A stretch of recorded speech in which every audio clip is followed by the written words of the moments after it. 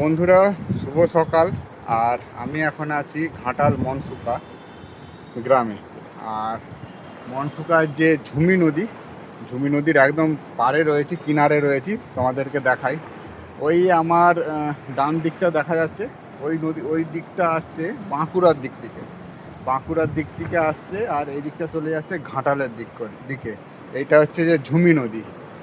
আর ওইখানে যে একটা সুইলিশ গেট আছে, তোমাদেরকে দেখাই, চলে আসো।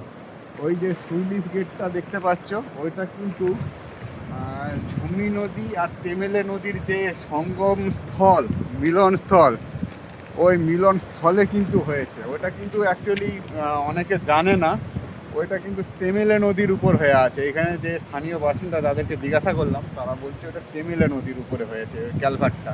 চলো তোমাদেরকে ক্যালভারটা আরও ভালো করে দেখাই। তো আমার সামনে যে সুইচ বোর্ডটা আছে দেখতে পাচ্ছ তোমরা, এই জলটা কিন্তু আসছে ইরপালার দিক থেকে, তেমেলে নদী হয়ে এসে ইরপালার দিক থেকে এসে ঝুমি নদীতে মিশছে।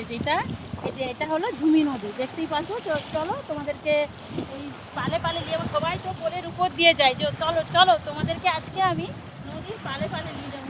জল কতটা অবধি নেমে গেছে, এই এতটা জল উঠে গেছিলো, এখন আপাতত দেখো একদম নদীর একদম কিনারে ধারে একদম জলটা নেমে আছে। তো চলো তোমাদেরকে আরও দেখাবো।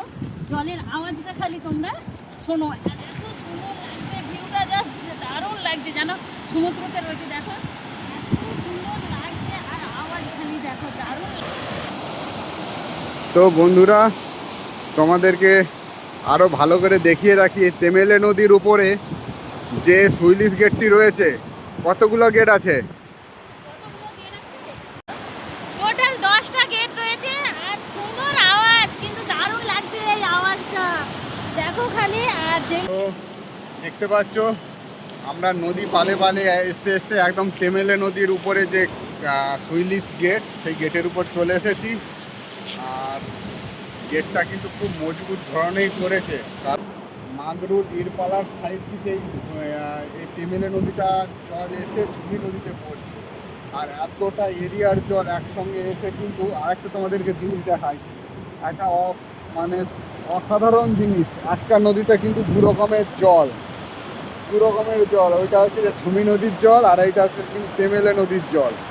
আর এই দুটা জল হওয়ার কারণ হচ্ছে, তোমাদেরকে বলে রাখি, এই জলটা থেকে কিন্তু প্রচণ্ড একটা গন্ধ থাকে।